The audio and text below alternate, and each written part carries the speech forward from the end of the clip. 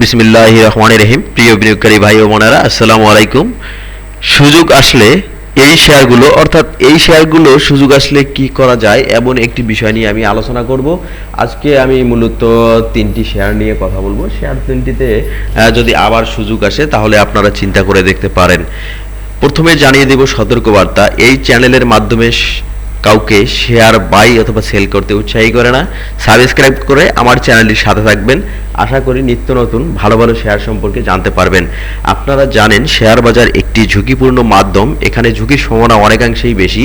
So দেখে শুনে বুঝে নিজ ইচ্ছায় বিনিয়োগ করবেন, কারো কথা শুনে সরাসরি বিনিয়োগ করবেন না। আপনারা জানেন লেনদেন কিন্তু কিছুটা কমেছে, অর্থাৎ গত 4 তারিখে যে লেনদেন হয়েছে সেটি কিন্তু 3 তারিখের তুলনায় মোটামুটি প্রায় 30-35 কোটি টাকা কম লেনদেন হয়েছে।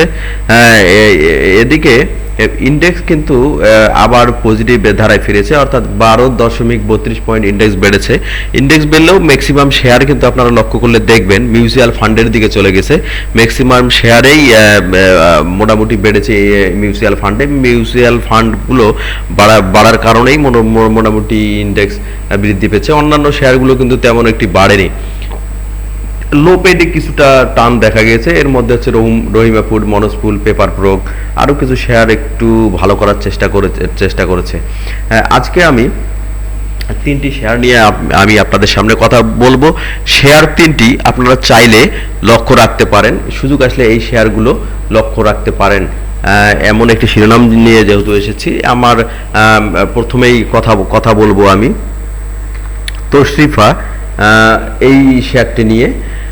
এই শেয়ারটি কিন্তু গতকালকে মোটামুটি ভালো একটি অবস্থানে ছিল। সেখান থেকে আপনারা জানেন মিউচুয়াল ফান্ডের দিকে টার্ন নেয় মোটামুটি মার্কেট, সেদিকে মোটামুটি নজর ছিল সবারই। শেষের দিকে মোটামুটি কিছুটা প্রাইস দর হারায়, 1% প্রাইস দর হারায়। আপনারা এই শেয়ারটি লক্ষ্য রাখতে পারেন। আমার মনে হয় যে মোটামুটি আপনারা চার্ট লক্ষ্য করলে দেখবেন যে মোটামুটি এখন নিরাপদ বিনিয়োগের জন্য এই শেয়ারটি কিন্তু ভালো একটি জায়গায় রয়েছে, অর্থাৎ মোটামুটি স্ট্রং সাপোর্ট যদি বলি 17.40 টাকার দিকে একটা স্ট্রং সাপোর্ট রয়েছে এই শেয়ারটির টোটাল শেয়ার 6,80,00,000 এবং 2024 সালে ক্যাশ ডিভিডেন্ড দিয়েছে 3.50%। ইপিএস কিছুটা মোটামুটি খারাপে এসেছে বলা চলে, 7 পয়সা এসেছে, প্রিভিয়াস ইয়ার থেকে 26 পয়সা বেশি। মোটামুটি সব ইপিএস এই খারাপ।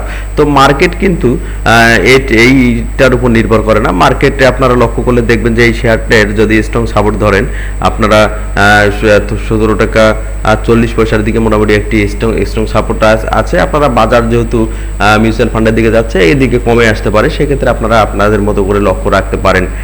এরপরে কথা বলবো আমি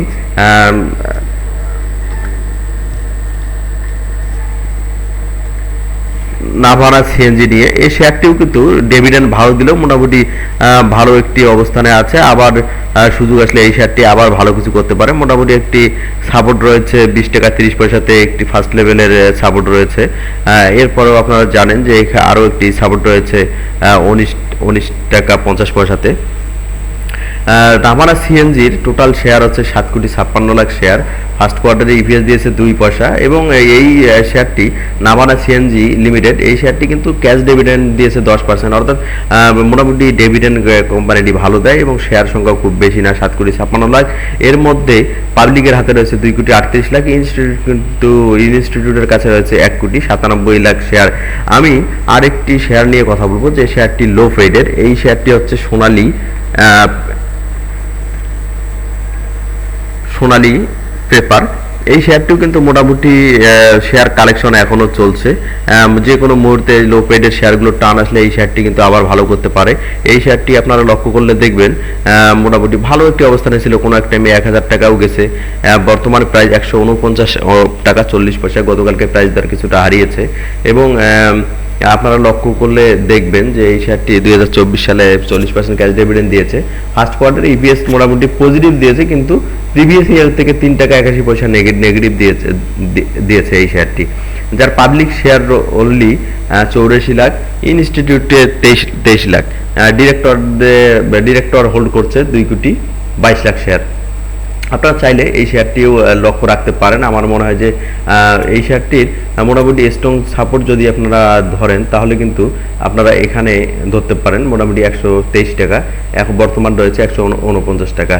তো ভালো থাকবেন আপনারা, শেয়ার বাজার ভালো হোক। আইসিবির যে ফান্ডটি পাওয়ার কথা, এই ফান্ডটি আপনারা জানেন যে 4% সুদে পাওয়ার কথা আইসিবি। সেক্ষেত্রে কিন্তু ফান্ডটি এখনো সম্ভবত হাতে পায়নি, বা ফান্ডটি হাতে পেলে আমার মনে হয় যে শেয়ার বাজার হয়তো জানুয়ারি মাস থেকে ভালোর দিকে। তবে আমার মনে হয় যে ডিসেম্বরের শেষের দিক থেকেই মার্কেট আরো পজিটিভ ধারায় ফিরবে। তো ভালো থাকবেন আপনারা, আপনাদের মতামত জানাবেন। শেয়ার বাজার ভালো হোক, শেয়ার বাজারে সুশাসন প্রতিষ্ঠা হোক, এটি আরেকটি বড় বিষয়। এই আশাবাদ ব্যক্ত করে আজকের মতো বিদায় নিচ্ছি।